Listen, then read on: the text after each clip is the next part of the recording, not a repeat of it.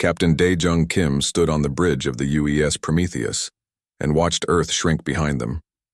The planet looked small and blue through the viewport, surrounded by hundreds of orbital stations that humans had built over the last century.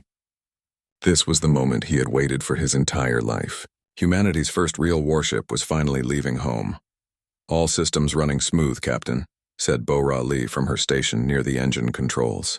She was the chief engineer, and she had spent 5 years building the heart of this ship. Her fingers moved quickly across the screens, checking every detail. "The fusion drive is stable.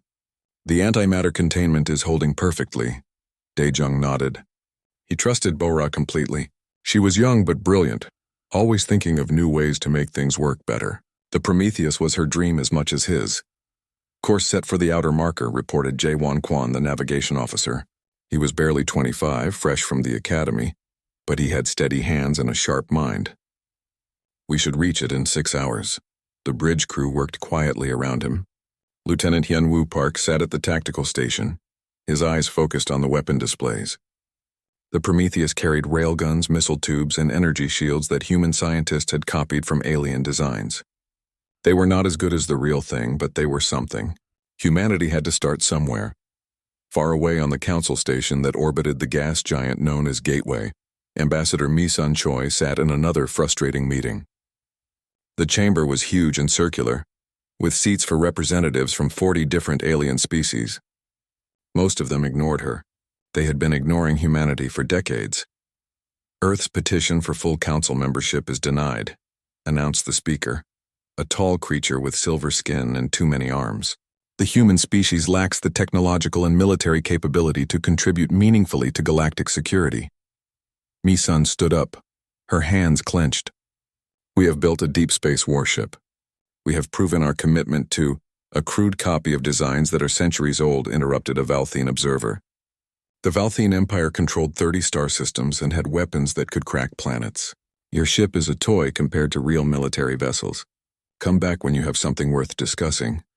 Several aliens made sounds that might have been laughter. Mi-sun sat down, her face hot with anger and shame. This was how it always went. Humanity begged for respect, and the galaxy patted them on the head and sent them away. Back on the Prometheus, the shakedown cruise continued. Dae-jung watched his crew work through drills and exercises. They practiced firing the weapons, tested the shields, and ran the engines through different power levels. Everything seemed to work fine. Earth Command would be pleased.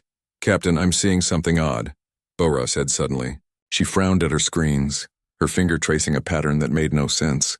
"The antimatter reaction is spiking in strange ways. Just for microseconds, but it's definitely there." "Is it dangerous?" Dae-jung asked. "I don't think so. It's just unexpected." Bo-Ra pulled up more data.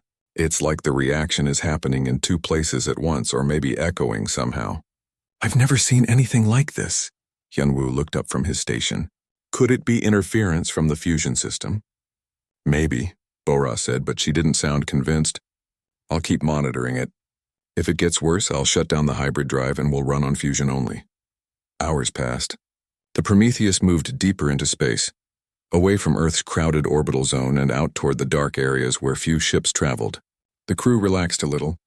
This was going well. No disasters, no explosions, no systems failures that would make them turn back in shame. Then the distress call came. "Captain, I'm picking up an emergency signal," said Mina Ryu, the communications officer. Her voice was tense. "It's from Harmony Station, the mining colony on Kepler 442b. They're under attack." Dae-jung felt his heart speed up. "Play it." A desperate voice filled the bridge. "This is Harmony Station to any ships in range. We are under attack by raider vessels. 6 ships heavily armed. Our defenses are failing. We have 3,000 civilians here, including children. Please anyone, we need help immediately." The bridge went silent. Everyone looked at Dae-jung. "How far are we from Kepler 442b?" he asked. 8 light years, Jae-won said. "About 4 hours at maximum FTL speed." "Captain," Hyun-woo said carefully, "Earth Command ordered us to complete the shakedown cruise and return home. We're not supposed to engage in combat operations yet." Dae-jung stared at the star map. Kepler 442b was barely inside council space. The colony had been built by humans and 2 other species working together. One of the few joint projects the galaxy had allowed Earth to participate in. If the Prometheus ignored this call, those 3,000 people would die. and the galaxy would say that humanity didn't care, that Earth was too weak to protect even its own colonies. But if they responded, they would be going against orders, and they would be fighting 6 raider ships with a brand new vessel that had never seen real combat. "Bora," he said quietly. "Can the ship handle a combat jump?" "The engines are ready," she replied. "But Captain, that anomaly I mentioned, will it stop us from fighting?" Bora hesitated, then shook her head. "No, I don't think so." Daejong looked around at his crew.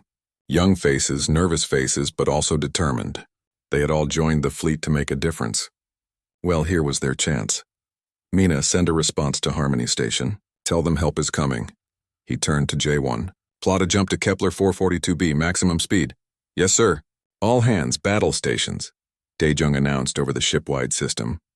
"This is not a drill. We are going into combat." The Prometheus turned in space, its engines building power. The crew rushed to their positions. Weapon systems charged. Shields came online. In the engineering section, Bora watched her screens with worried eyes as the antimatter reaction began to spike again. Stronger this time. "Jump in 30 seconds. J1 counted down. 20 seconds. 10 seconds. The universe seemed to hold its breath. Jumping now. Space twisted. The Prometheus leaped forward, traveling faster than light toward a battle that would change everything. In that moment of transition, as the ship slipped between normal space and the strange realm of FTL travel, something unexpected happened. Bora's experimental drive activated in a way it was never designed to. The antimatter reaction didn't just spike, it split. For the smallest fraction of a second, the Prometheus existed in multiple places at once. The crew felt it. A strange sensation like being pulled in different directions. Then it was gone and they were dropping out of FTL near Kepler 442b. "Target acquisition," Yunwoo reported. 6 raider ships confirmed. "They're firing on the colony." Daejong gripped his command chair. "Take us in. Show them what a human warship can do." The Prometheus dove toward the battle and no one yet knew that they had just taken the first step toward nearly destroying the galaxy. The 6 raider ships were larger than the Prometheus, their hulls painted black and covered with weapons that had been stolen or bought from a dozen different species. They circled Harmony Station like predators firing at the colony's weak shields. Explosions bloomed in space as the station's defense platforms died one by one. "Enemy vessels are Marauder-class cruisers," Yunwoo reported, his voice steady despite the fear in his eyes. "Heavy armor, plasma cannons, and missile systems. Each one outguns us by at least 3 to 1. Daejong watched the tactical display. 6 against 1. The raiders had better weapons, more experience, and no fear of a single human ship.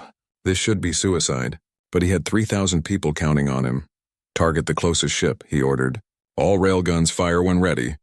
The Prometheus shuddered as its magnetic cannons launched metal slugs at incredible speed. The rounds hammered into the nearest raider ship, punching through its shields and tearing holes in the hull. The raiders spun away, damaged but not dead. "Good hit," Yunwoo called out. "But they're returning fire. All 6 ships are turning toward us." "Evasive maneuvers," Daejong commanded. J1's hands flew across his controls, and the Prometheus twisted through space. Plasma bolts and missiles streaked past them, missing by meters. One missile got through and exploded against their shields, making the whole ship shake. "Shields at 70%, said Commander Taemin Sung, the second officer. He stood beside Daejong's chair, watching the battle with worried eyes. "Captain, we can't take much more of this. We should retreat and call for backup." "There is no backup," Daejong replied. "We're all those people have." In the engineering section, Bora was too busy to be scared. Her screens were going crazy. The antimatter reaction was spiking again, worse than before. The whole drive system was behaving in ways that shouldn't be possible. Energy readings were jumping all over the place. "Something's happening with the drive," she called over the comm. "Captain, I don't know what's—" The world turned inside out. For one impossible moment, everyone on the Prometheus saw double. They were in one place, but also in another place. They were firing at one raider, but also firing at a different raider. They were dodging left, but also dodging right. Reality split, and they existed in all the possibilities at once. Then it snapped back together. "What was that?" Taemin gasped, grabbing his chair to steady himself. Yunwoo stared at his tactical display in shock. "Captain, we just fired on 3 different targets simultaneously, and all the shots hit. On the view screen, 3 of the raider ships were tumbling through space. their hulls torn open by railgun fire that seemed to come from impossible angles. The Prometheus had been in one position, but somehow its weapons had fired from 3 positions at once. How is that possible? Jae-won whispered. Dae-jung had no answer. He looked at his crew, saw the confusion and fear on their faces, and made a decision. It doesn't matter how. Keep firing. Finish this fight. The remaining 3 raider ships seemed just as confused as the humans. They scattered, trying to figure out what had just happened. But they were experienced fighters, and they regrouped quickly. Plasma cannons charged for another volley. The Prometheus fired again. This time everyone was ready for the strange sensation. Reality flickered, and the ship existed in multiple places for a heartbeat. When the moment passed, 2 more raiders were dead, torn apart by weapons fire that came from everywhere and nowhere.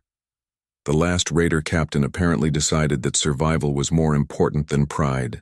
The ship turned and ran, its engines flaring as it jumped away into FTL. Silence filled the bridge.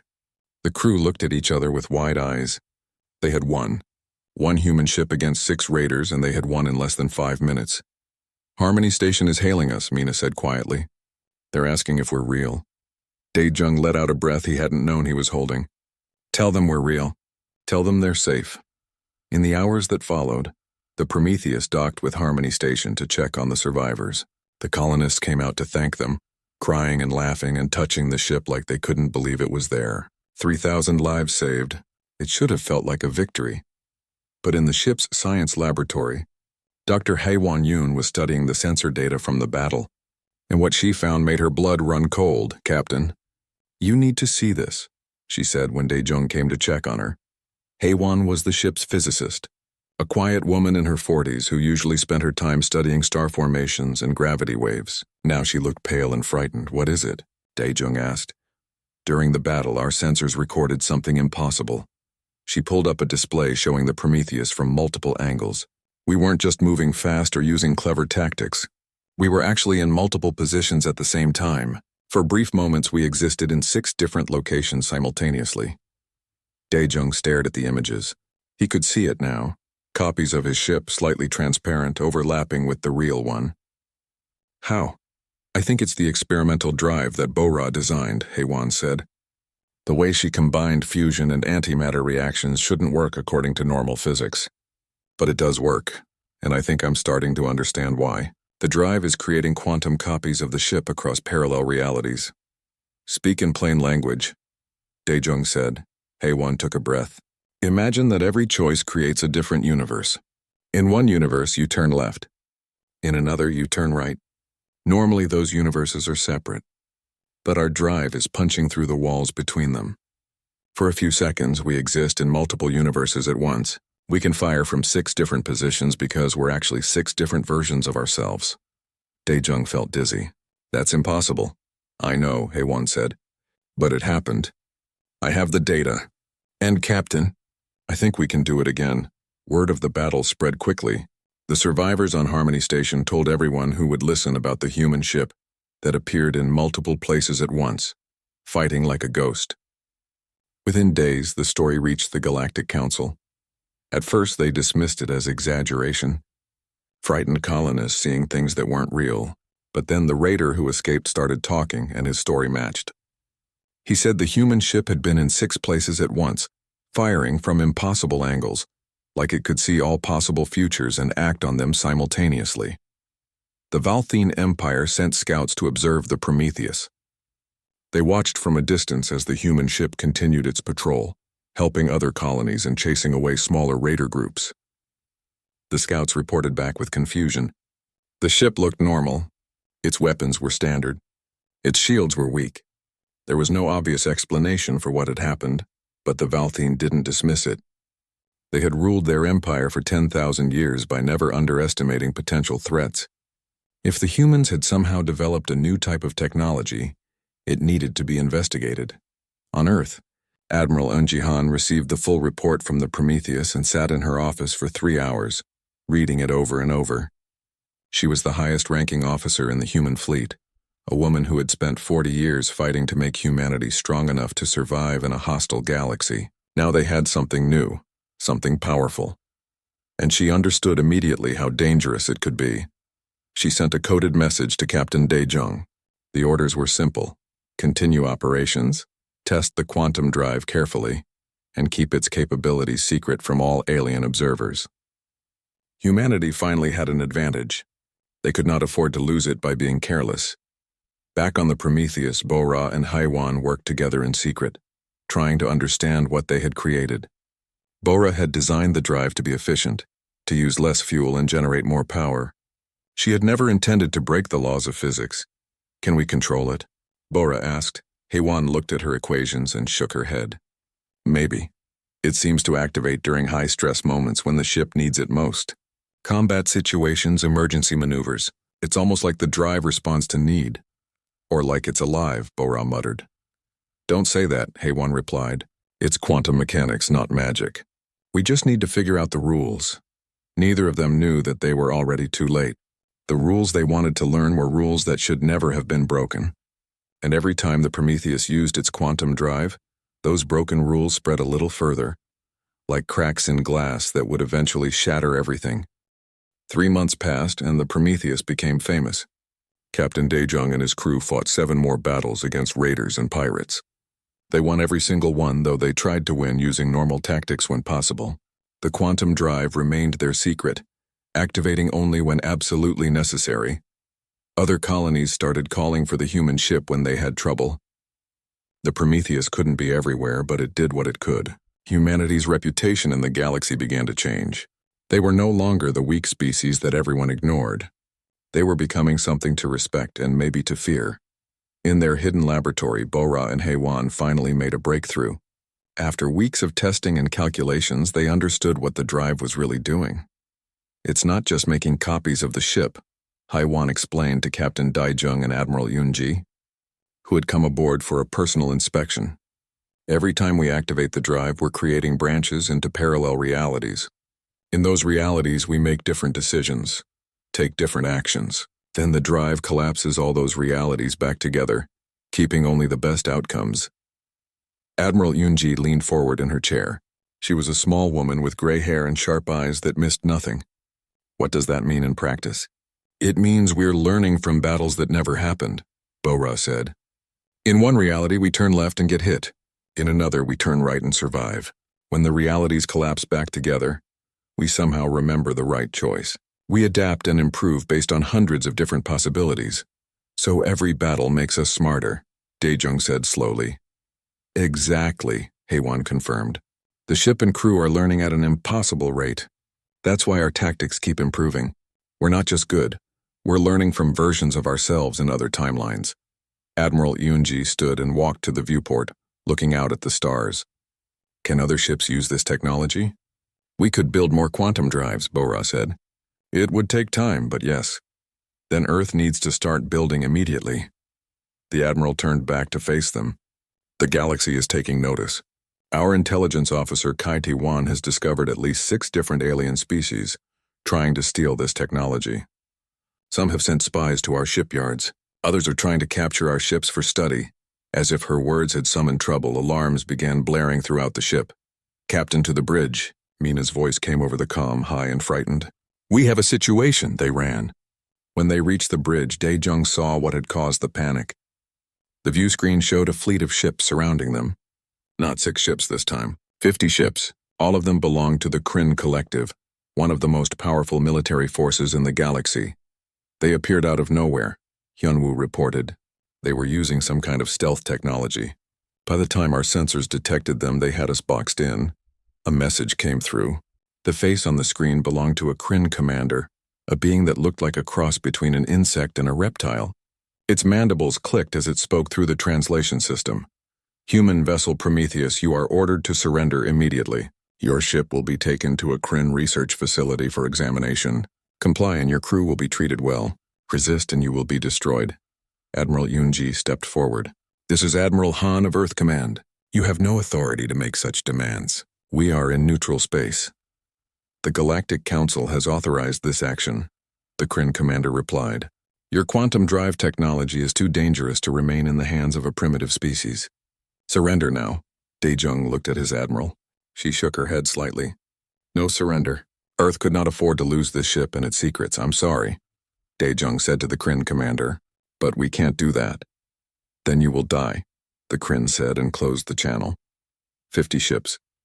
The Prometheus had never fought more than 6 at once.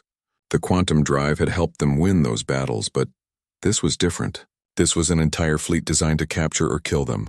All hands battle stations, Daejung ordered. His voice was calm, but his heart was racing. Bora, I need everything the quantum drive can give us. Captain, Taemin said quietly, this is suicide. Maybe, Daejung agreed. But running is definitely suicide. At least if we fight, we might surprise them. The Kryn fleet opened fire. Hundreds of plasma bolts and missiles filled space, all aimed at the single human ship. Yuna Shin, the commander of the Prometheus's fighter wing, launched with her 20 pilots, their small craft diving into the storm of fire to try to draw some of it away from the main ship. Jaewon threw the Prometheus into evasive maneuvers. The ship twisted and spun through space, dodging most of the fire. But there was too much of it. Explosions hammered their shields. Alerts screamed from every station, shields failing. Taemin called out, now Bora, Daejung shouted. Give us everything! In engineering, Bora pushed the quantum drive to maximum power. She had never tried this before. Every previous activation had been brief and controlled. This time she let the drive run wild, pouring all available energy into it. Reality shattered. The Prometheus existed in 100 places at once. 1,000 places. More. The ship split across so many parallel realities that it became impossible to track. Every possible movement, every possible firing solution, every possible tactic, they all happened simultaneously. The bridge crew felt like they were everywhere and nowhere. Hyunwoo fired weapons at targets he could see and targets he couldn't see. Jaewon dodged attacks that were coming and attacks that hadn't been fired yet. Yuna and her pilots moved with perfect coordination, their fighters dancing through space like they were one organism with 20 bodies. The Kryn fleet found themselves fighting an enemy that shouldn't exist. The Prometheus appeared behind them, beside them, above them, below them. It fired from every direction at once. Its fighters attacked with tactics that seemed to predict every defensive move before it happened. Ships exploded. Kryn commanders shouted orders that made no sense because the enemy was everywhere. The careful military formations that the Kryn had used to conquer star systems fell apart as they tried to shoot at a ship that was in 100 places simultaneously. The battle lasted 11 minutes. When it ended, the Kryn fleet was destroyed. Not scattered or damaged, completely destroyed. Every ship was either dead or crippled beyond repair. The Prometheus had taken some hits, but its hull was intact. Its crew was alive. They had won, and the entire galaxy had been watching. Captain, Mina said in a shaking voice, we're receiving transmissions from everywhere. News services, military fleets, government channels. Everyone saw what just happened. Daejung looked at Admiral Yunji. The Admiral's face was pale but determined. The secret is out, she said quietly. The galaxy knows what we can do now. What none of them knew yet was that the quantum drive had just done something terrible. When Bora pushed it to maximum power, it hadn't just split the ship across parallel realities. It had cracked space-time itself. Tiny tears in the fabric of reality, invisible to the eye, spread outward from where the battle had been fought. Those tears would grow. They would spread, and they would eventually threaten to tear the entire galaxy apart. But in that moment of victory, as the Prometheus and its crew celebrated surviving an impossible battle, they had no idea what they had done. Far away on the Galactic Council station, Ambassador Mi-sun received an emergency summons. When she entered the council chamber, every seat was filled. Representatives from species that had ignored her for years now stared at her with fear, anger, and confusion. Explain, demanded the speaker. Explain how a single human ship destroyed a Kryn battle fleet. Explain what technology you are using. Explain why you have kept it secret from the council. Mi-sun stood tall. For the first time in her career, she had power in this room. Earth has developed a new type of drive system. The details are classified. What matters is that we can now defend ourselves and our allies. You cannot keep such technology to yourself, said a Valthian representative. The Galactic Council demands that you share it immediately, for the good of all species. Mi-sun smiled, and there was no warmth in it. For decades, we begged to join the Council. For decades, you called us primitive and weak. You denied us access to your technology, your trade networks, your protection. Now we have something you want, and suddenly you care about the good of all species. This is different, the speaker said. Your technology is too powerful, too dangerous. It must be shared and controlled. No, Misun said simply. Earth's answer is no. The chamber erupted in angry voices. Threats were made. Demands were shouted. But Misun just stood there unafraid for the first time and let them rage. 6 months after the battle with the Kryn fleet, Earth had changed. The shipyards worked day and night building new vessels. 12 more human ships now carried quantum drives, and they patrolled human space with confidence. Alien species that had once mocked humanity now asked for alliances or trade agreements. Some even apologized for past treatment. Earth had become a power almost overnight. Not the strongest power in the galaxy, but strong enough that no one could ignore them anymore. It should have been a time of celebration. Dr. Soon-Jae Bae, the Prometheus's xenobiologist, was the first to notice something was wrong. He had been studying alien plant samples from a recent colony visit when his instruments started giving strange readings. The samples kept flickering like they were going in and out of focus. That's odd, he muttered, adjusting his microscope. But the flickering continued. It wasn't the equipment. It was the samples themselves behaving in ways that made no scientific sense. He checked other samples. Then he checked equipment from other parts of the ship. Everything near the quantum drive showed the same strange behavior. Random fluctuations. Objects seeming to exist in slightly different positions at the same time. Soon-Jae took his findings to Haewon. The physicist looked at his data and went very quiet. How long has this been happening? She asked. I just noticed it today, Soon-Jae replied. Why? What does it mean? Haewon didn't answer. She ran to her own laboratory and started pulling up sensor logs from the past 6 months. What she found made her feel sick. The quantum fluctuations weren't just on the Prometheus. They were spreading. Slowly, invisibly. The quantum tears from the ship's drive were affecting nearby vessels and stations. At first it was just minor glitches, navigation errors, sensor readings that didn't quite match reality. But the effects were getting stronger. On the bridge, Mina intercepted a series of transmissions from alien ships. The messages were confused and frightened. Captains reported seeing ghost ships, versions of their own vessels that appeared and disappeared like reflections. Crews were experiencing strange sensations, moments where they felt like they were in 2 places at once. Captain, you should hear these, Mina said, routing the messages to Daejung Station. Daejung listened to the reports with growing concern. He called Haewon to the bridge. Tell me this isn't related to our drive. Haewon looked like she hadn't slept in days. I wish I could. Captain, every time we use the quantum drive, we're creating tears in space-time. We thought they would heal naturally, but they're not healing.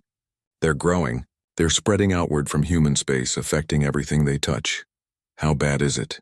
Admiral Yoonji asked. She had remained on the Prometheus to oversee the fleet expansion, but now she looked worried. Right now, mostly harmless. Navigation errors, sensor glitches, that sort of thing. But Captain, if this continues... Haewon pulled up a simulation on the main view screen. It showed red lines spreading across a star map, growing and connecting. The tiers are going to merge. When they reach a critical mass, they could collapse the quantum field across multiple star systems.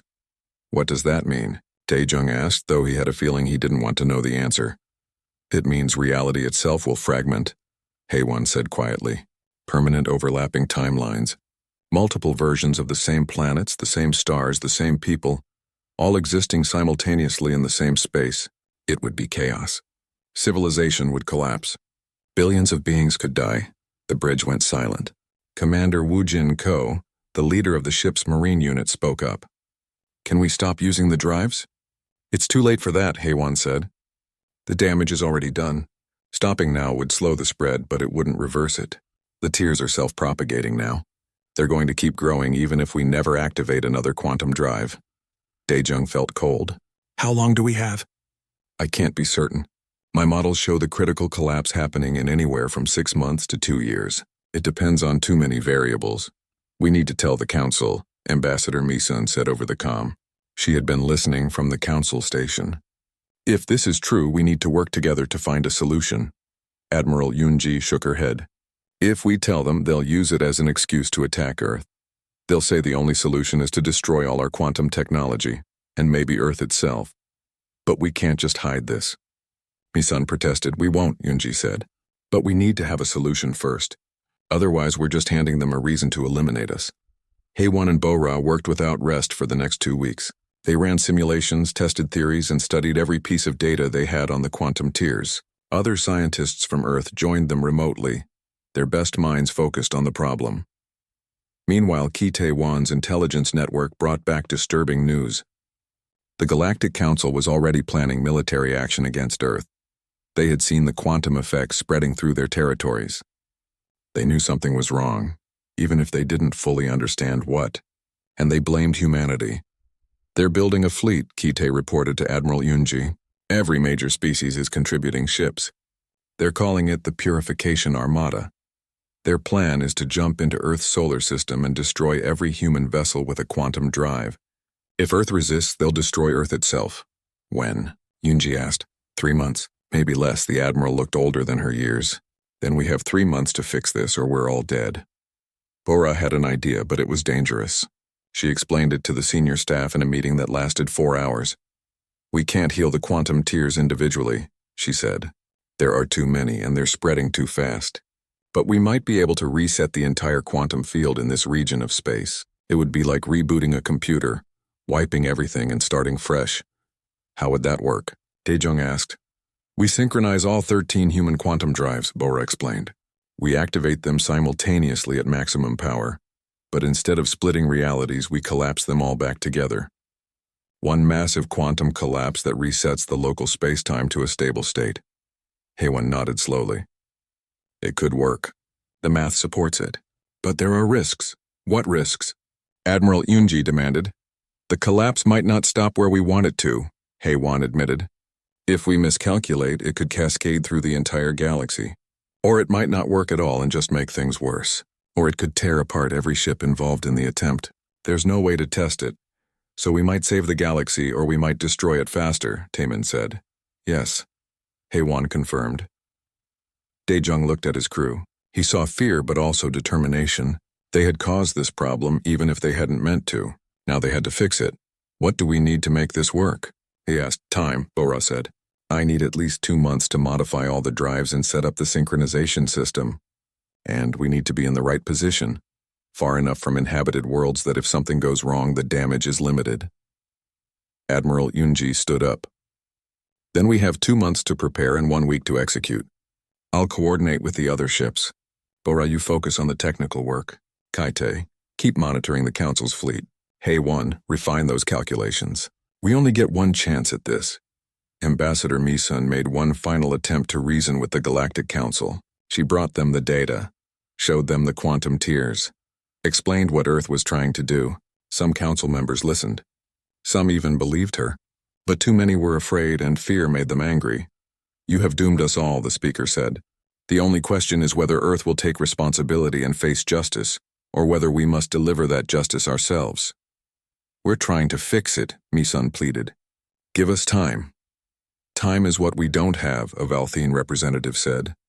The quantum effects are reaching our core worlds. Our people are frightened. They demand action. The vote was swift and brutal. The Purification Armada was authorized. They would give Earth one final ultimatum. Surrender all quantum drives for destruction or be destroyed themselves. They gave humanity 72 hours to respond. On the Prometheus, Daejong received the message and knew what his answer would be. They couldn't surrender. If they did, the quantum tiers would continue to spread and the galaxy would die anyway. Their only hope was Bo-Ra's plan. He sent a single word back to the Council. No. 72 hours. That's how long they had before the largest fleet ever assembled in galactic history arrived at Earth to deliver extinction. The quantum tiers were visible now. Anyone with a telescope could see them. Ripples in space where reality was coming apart. On some planets, people could look up and see multiple versions of their own moon, overlapping like ghost images. Ships reported seeing themselves, parallel versions traveling slightly different courses. The galaxy was unraveling. The Purification Armada gathered at the edge of human space. Over 800 ships from 40 different species, armed with weapons that could crack planets. The largest military force ever assembled. They came to save the galaxy by destroying the ones who had broken it. On Earth, people watched the sky and waited. Some were angry, demanding that their government fight to the last. Others were resigned, accepting that this was the price of human ambition. Most were simply terrified. In orbit around Earth, the 13 human quantum ships formed a precise formation. The Prometheus at the center, surrounded by her 12 sister ships in a perfect sphere. Bora had spent every waking hour for 2 months modifying the drives, linking them together through a network that would allow them to activate as one. "All ships report ready," Mina announced from her station. Her voice was steady, but her hands shook slightly. Admiral Yunji had given command of the operation to Daejung. She trusted him more than anyone else in the fleet. Now she stood on the bridge beside him, watching as the Purification Armada appeared on long-range sensors. "They'll be in firing range in 4 hours," Yunwoo reported. "Captain, they're already charging weapons." Daejung nodded. He had sent a final message to the Armada, explaining what humanity was about to attempt. Some ships had responded with encouragement, wanting to believe the humans could fix their mistake. Most had responded with threats, assuming it was a trick or a desperate bluff. "Bora, are we ready?" he asked. In engineering, Bora was surrounded by displays showing power levels, synchronization readings, and quantum field calculations. Everything was as perfect as she could make it. But she knew that perfection might not be enough. "Ready as we'll ever be," she replied. "Captain, I have to be honest. My calculations show this working in about 60% of my simulations. In 30%, the collapse cascades out of control.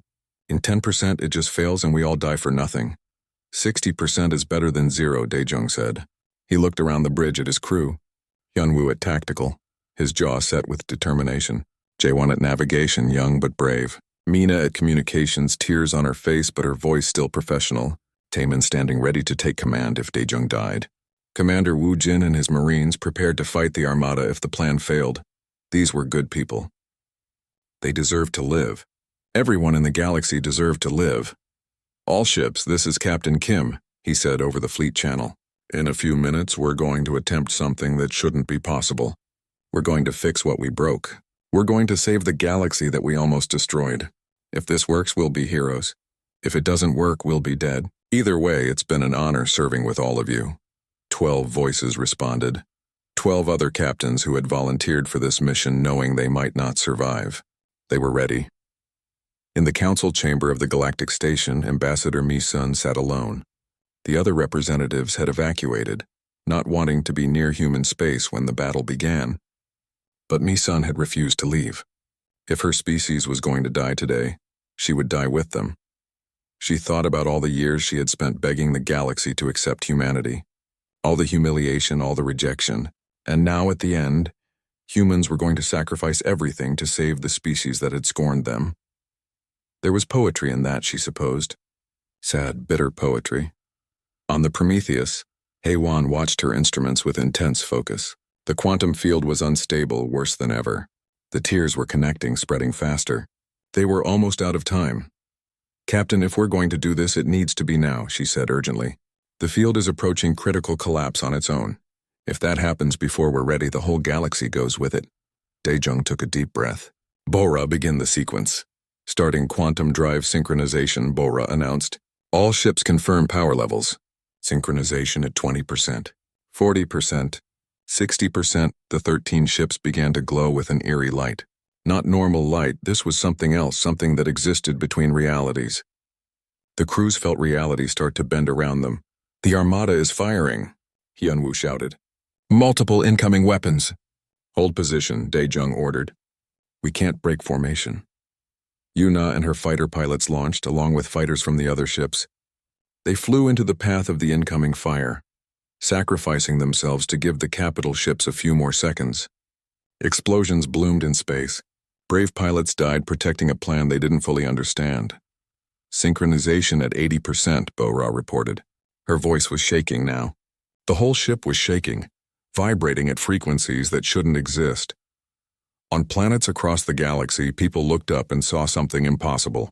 The stars were splitting. Multiple versions of the same stars, overlapping and separating. Reality was tearing itself apart. 90%, Bora called out. "Captain, the field is collapsing faster than expected. If we don't do this in the next 30 seconds, it's over." "Then we don't wait," Daejung said. "All ships activate quantum drives to maximum power. Now, the 13 ships blazed with impossible light.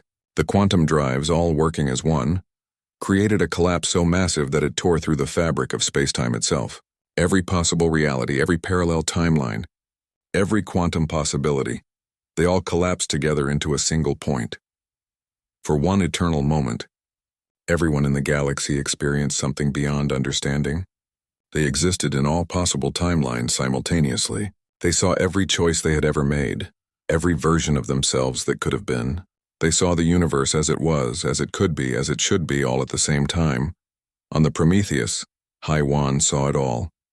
She saw timelines where Earth was destroyed, timelines where the quantum field collapsed and took the galaxy with it, timelines where the plan worked perfectly and everyone survived. Hundreds of different futures, all equally real, all happening at once. She saw the truth. In most timelines, humanity failed. Earth died. The galaxy shattered. This timeline, the one she was in now, was the narrowest sliver of possibility, the least likely outcome. But it was the outcome that was happening. The quantum collapse spread outward at the speed of light.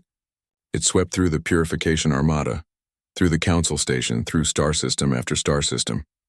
Everywhere it touched, the quantum tiers sealed. Reality stabilized. The overlapping timelines merged back into one.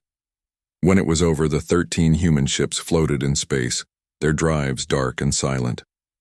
The crews were alive. Shocked, traumatized, but alive. The purification armada had stopped firing. 800 ships hung in space, their crews trying to understand what had just happened.